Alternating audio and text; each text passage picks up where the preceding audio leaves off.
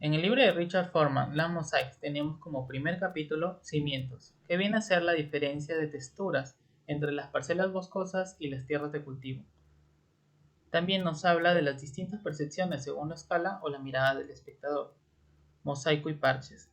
La perspectiva desde un avión es la tierra vista como mosaico, los tipos de patrones que causan desorden a distribución desigual, así como también la perspectiva de talle, que viene a ser de esta manera.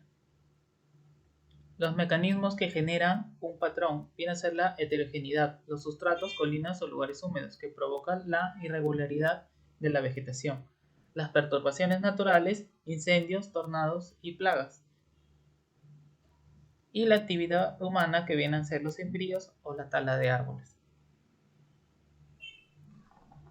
Dentro de las formas generales vienen a estar la relación de movimiento y cambio que también modifican o mejoran un patrón, o las formas que varían por tamaño y por textura. Escala espacial. Cambios de corta duración como un área pequeña como un lecho solar o cambios de larga duración de un área grande como un huracán. También tenemos la escala fina, que viene a ser un patrón de área pequeña como un jardín, o la escala amplia, que viene a ser un patrón de área grande como un continente. Grano.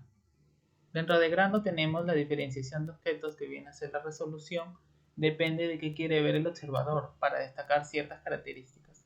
Animales, que ven de distintos tipos de grano, sea por percepción, por sensibilidad, por textura o por escala.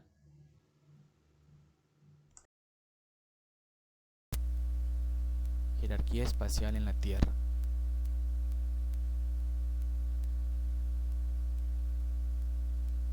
El planeta está subdividido espacialmente de muchas formas, incluidas políticas, económicas, climáticas y geográficas, según los objetivos humanos.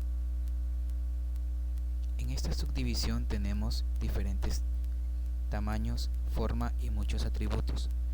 Tenemos el continente, que se subdivide en regiones, las regiones en paisajes y los paisajes en ecosistemas.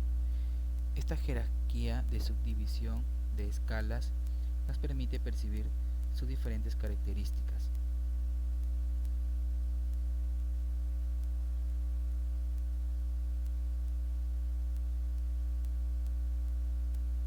Proceso natural y actividad humana. Estos dos factores interactúan para producir patrones en la Tierra. Por ejemplo, tenemos las diferentes fragmentaciones que se dan dentro de un espacio. Tenemos al sistema hídrico, al sistema vial y la infraestructura verde, la cual nos generan diferentes mosaicos en un mismo espacio.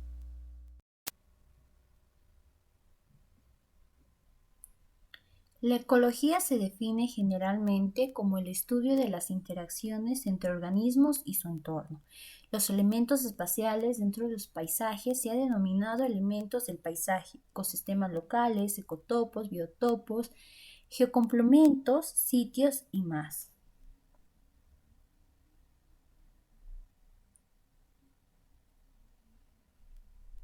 Teniendo una imagen de vista aérea, se observa cómo va apareciendo actividad de la vida humana, vida animal. También se comienza a trazar ríos de forma natural y los propios ríos traen más vida. Así como también se va trazando bordes, caminos entre lo natural y la vida humana, obteniendo como resultado un ecomosaico de intersecciones.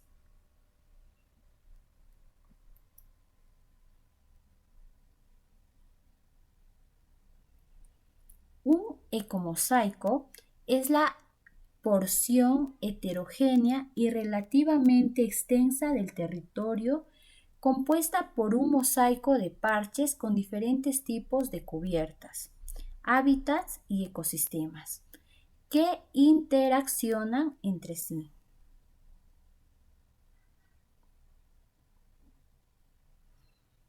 Teniendo como características acciones que modelan el paisaje, que son naturales y antrópicas.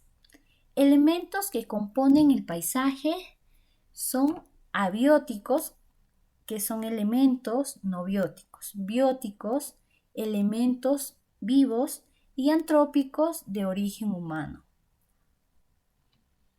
Dentro de las disciplinas, en este paradigma, el mosaico de la Tierra o ecomosaico no solo ha atraído a científicos que ven ricas oportunidades de investigación, sino también ha galvanizado vínculos entre disciplinas que resuelven directamente los problemas del uso de la Tierra.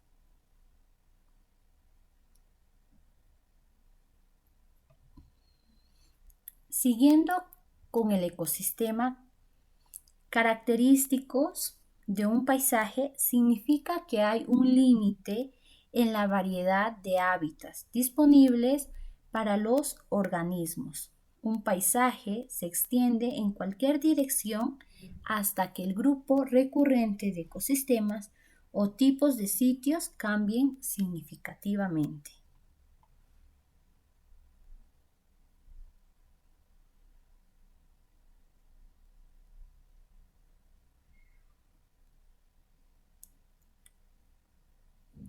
Un área limítrofe de dos paisajes.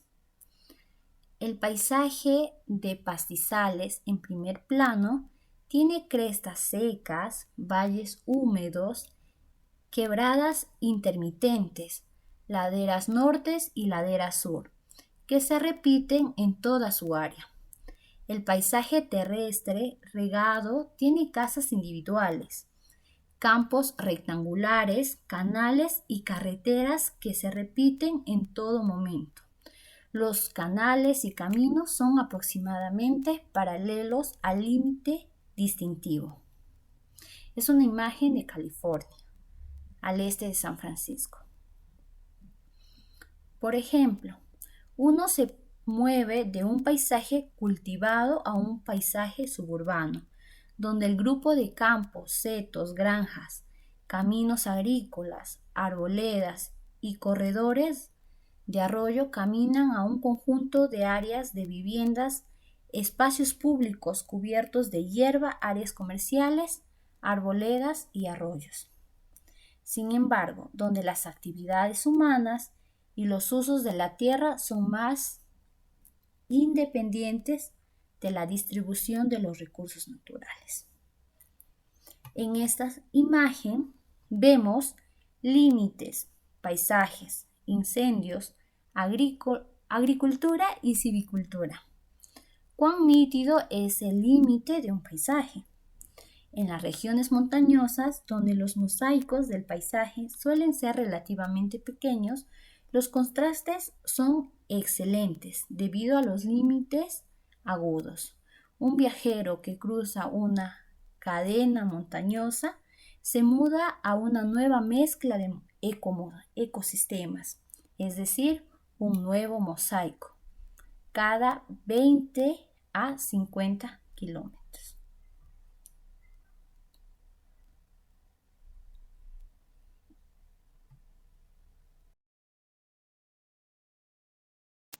Métodos de búsqueda. Los ecologistas regionales y del paisaje utilizan una rica paleta de técnicas de investigación, como por ejemplo la teledetección, los sistemas de información geográfica, por sus siglas SIG, los macroexperimentos, los cuales son a escala de paisaje, y el modelado espacial. Tipos de estudio. Existen 4 tipos de estudio. El primero es el de mediciones de patrones naturales, en el cual se desarrolla un conjunto de mediciones, observaciones y también encuestas. Luego tenemos mediciones de patrones antropogénicos. Dado que gran parte de la Tierra tiene una impronta humana notable, los estudios de patrones y procesos antropogénicos son comunes incluso cuando la vegetación se ve relativamente natural. Después tenemos los experimentos a escala del paisaje. Los estudios que evalúan los efectos ecológicos del tamaño de los parches forestales, utilizando controles previos y no tratados, son los más conocidos y ambiciosos hasta la fecha. Y por último tenemos los experimentos a microescala. Los experimentos a una escala espacial pequeña son especialmente útiles porque réplicas están mejor controladas y los presupuestos de tiempo, energía y dinero son más factibles. Técnicas y herramientas. Se encuentran disponibles varias revisiones recientes de modelos espaciales relacionados con patrones de paisaje y entre ellos tenemos los sistemas de información geográfica que se han expandido rápidamente en uso, flexibilidad y asequibilidad. Estos son sistemas computarizados que superponen diversos tipos de información especialmente explícita sobre un área. Luego tenemos la teledetección que nos va a permitir examinar una región completa en una sola imagen, las cuales nos muestra patrones claros de paisaje interdigitantes, así como ecosistemas y uso de tierras dentro de los paisajes. Después tenemos la fotografía aérea que nos proporciona información sobre el cambio de paisaje durante generaciones, un recurso útil para estudio de sostenibilidad. Volar a baja altitud permite un enfoque eficiente en un solo sitio en diferentes momentos del día o temporada. Y finalmente tenemos el radio tracking. Los receptores pueden ser de mano, colocados en vehículos o utilizados en aviones. Gran parte de los datos de seguimiento por una radio se refieren a la dinámica de la población o las distancias de dispersión de una especie.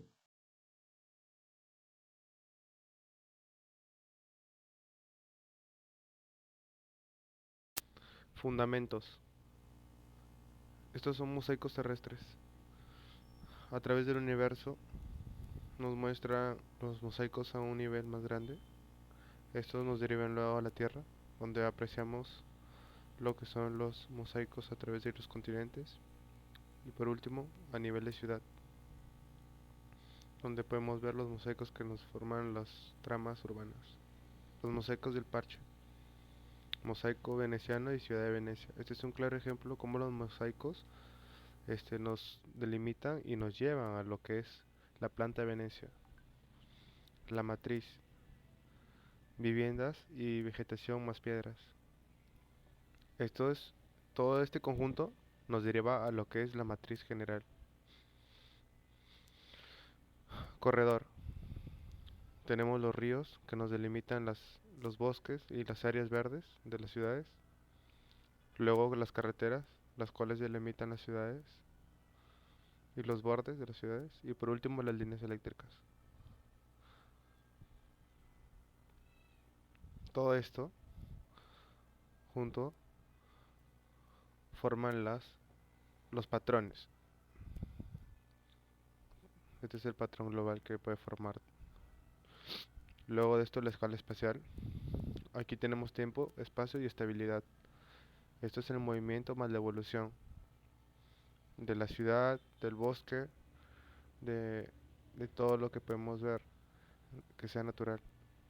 Luego la escala. Marca la diferencia. Dos claros ejemplos a nivel de escala. Una escala a nivel de continente que nos muestra un tamaño mayor y una escala a nivel de país, que es un nivel más pequeño. Esto nos deriva a la unidad. La unidad es todo existente, forma una unidad. Tanto árboles, ríos, una piedra, una casa, todo lo existente forma una sola unidad. Resolución visual, todo lo que podemos ver de ella. ¿Mediante qué? Mediante el grano. El grano es el contraste de texturas. Todas las texturas y los contrastes que podemos apreciar a través de la unidad es el grano.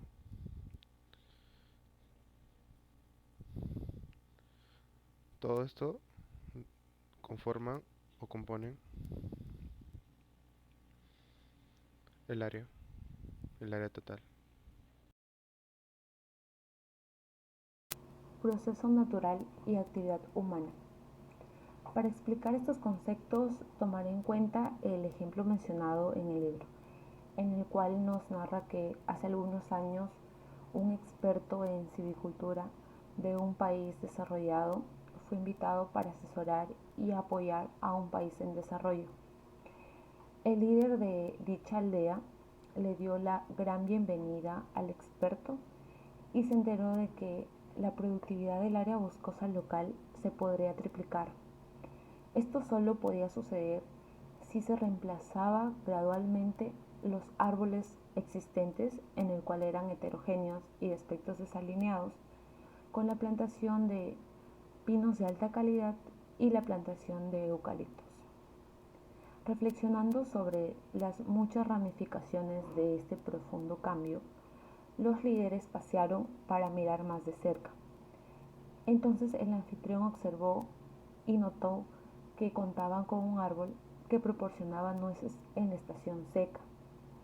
Además, contaban con un área húmeda, la cual protegía la única agua potable limpia que servía para abastecer a toda la aldea. Aquel bosque proporcionaba la mejor leña en todo el área. Exclamó que aquel árbol además le traía recuerdos personales como el día de su matrimonio. Y contaban con una línea de árboles decrépitos, la cual les proporcionaba a los niños flautas. Esta densa zona espesa proporciona al menos 6 productos económicos principales, pensaron. Entonces los líderes se abrazaron calurosamente y el visitante regresó a casa para observar más de cerca las plantaciones de árboles locales. Como conclusión de la historia, tenemos que la naturaleza, en este caso los bosques locales, son el resultado de actividades culturales, religiosas, sociales y económicas que se superponen en el tiempo histórico.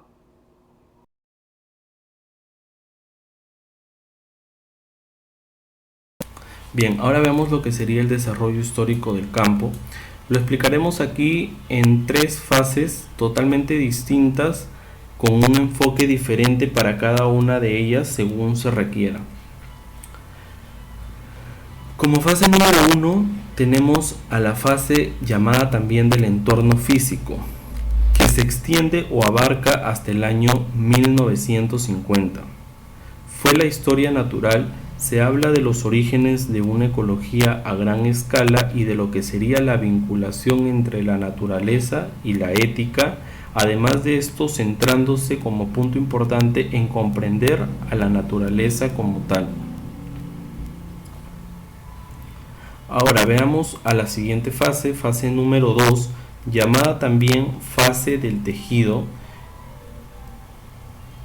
Esta fase resulta ser clave cuando se unen diversos hilos para poder estudiar la disciplina que veremos a continuación desde el año 1950 hasta el año 1980. Dentro de ella se muestra un gran interés por poder preparar un escenario para el estudio de la ecología, como bien mencionaba, y dentro de la cual se incorporan varias otras disciplinas efectivamente y se produce la revitalización en la ecología con el concepto de ecosistema, estimulado por algunos autores que se involucran dentro de esta fase y también demostrando una gran importancia en lo que es la planificación dentro de ella.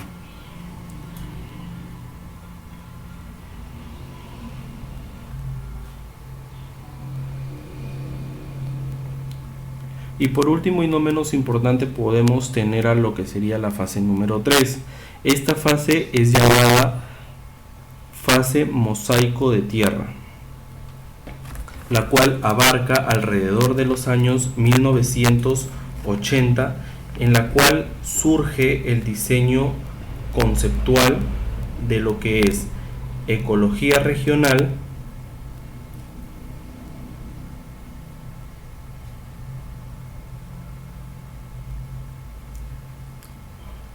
y por último, concepto de paisaje.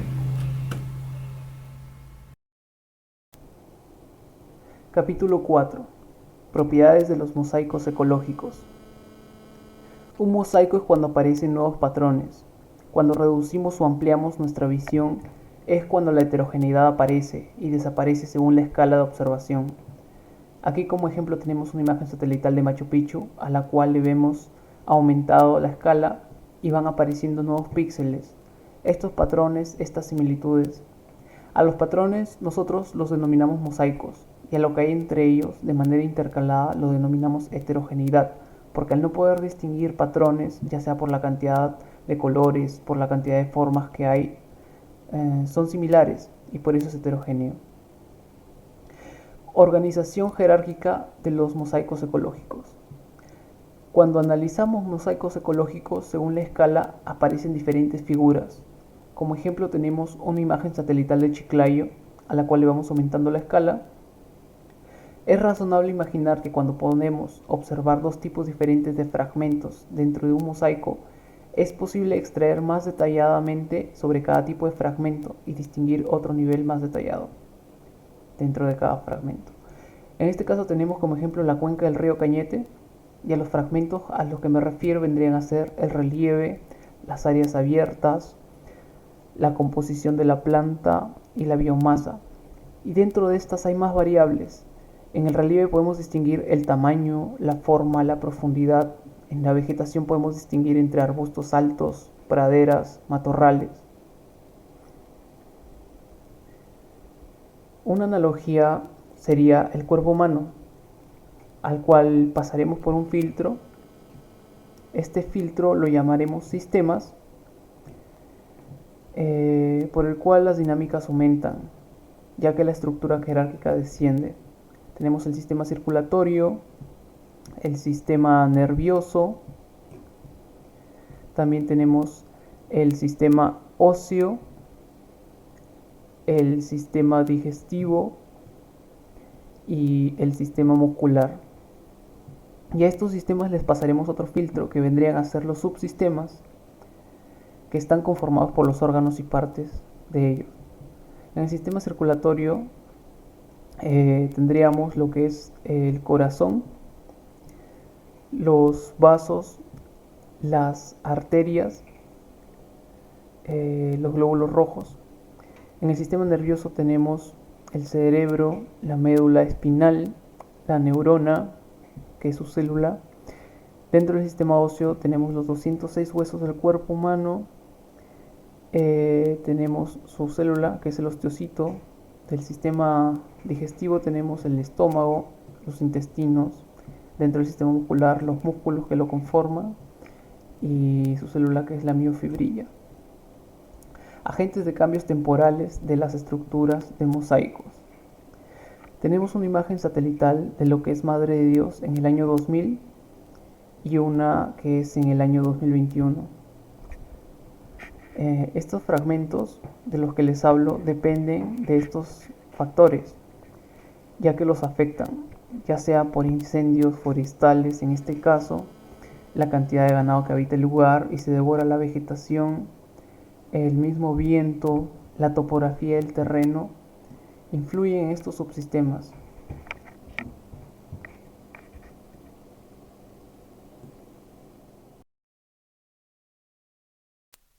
Dinámicas fragmentarias y respuestas animales. Las dinámicas de un mosaico pueden depender de muchos factores, y existen dos tipos de paisaje, ya sea el paisaje continuo, como se observa en el gráfico A, y el paisaje fragmentado, como se observa en el gráfico B. Esto, si lo llevamos a la realidad, pues un paisaje continuo vendría a ser un bosque amplio, con vegetación continua. Mientras tanto, en el paisaje fragmentado tendríamos un bosque segregado y disperso. Causas. ¿Qué generan un paisaje fragmentado? Pues fenómenos naturales o accidentes generados por el hombre, como incendios forestales, deforestación, inundaciones, etcétera, etcétera, que a su vez pues generan una respuesta inmediata del animal, ya sea negativa, ¿no? Como se observa en la imagen, pues este chimpancé pues prácticamente ha sido despojado de su hábitat y ha sido destruido, y que por la contraparte tenemos una respuesta de animal inmune, ¿no? Es decir, no son perjudicados a pesar de haber tenido, haber habido un fenómeno natural, ya sea un incendio o deforestación. Elasticidad y otras propiedades de los mosaicos ecológicos. Los mosaicos están compuestos por fragmentos que varían en tamaño, en forma y en tipo, ¿no?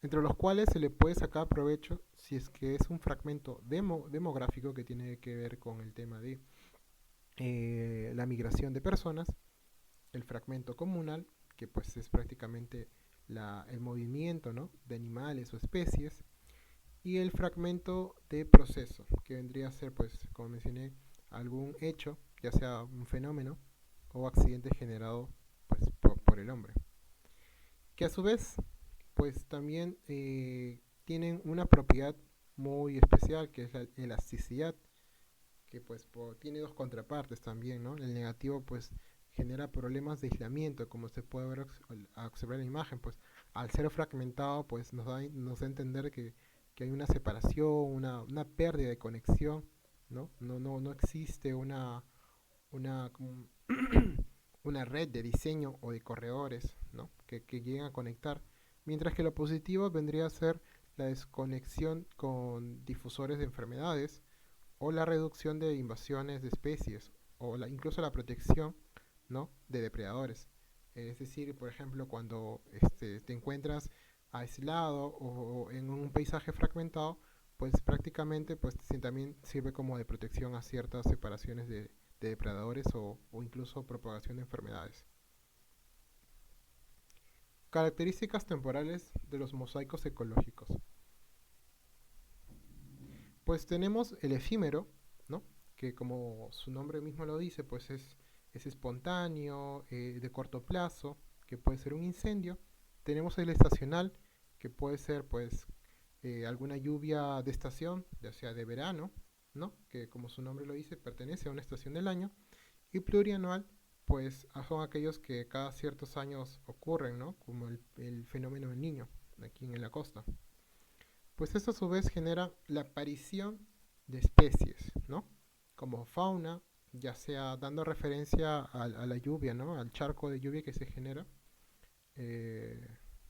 pues especies como la rana, como la salamandra y algunas especies pues propias de este accidente, ¿no?, y que no solo generan una fauna, sino también la aparición de flora, ya sea de hongos, algas o alguna especie acuática. Pues que no solo o sea, no solo las especies quedan así, sino que también a su vez pues generan recursos como el agua, ya que pues al tener lluvia o algún fenómeno, pues este agua sería un recurso para la alimentación de estos animales, y que a su vez pues lleva un tiempo biológico, ¿no? Permite la reproducción incluso, ¿no?, de estas especies, ¿no? Como sabemos, tanto el agua y el insecto se reproducen pues los mosquitos se reproducen por el agua. Entonces, en conclusión, estas son características que son espontáneas, que solo ocurren de vez en cuando. Depende de algún fenómeno, si ya puede ser efímero, estacional o plurianual.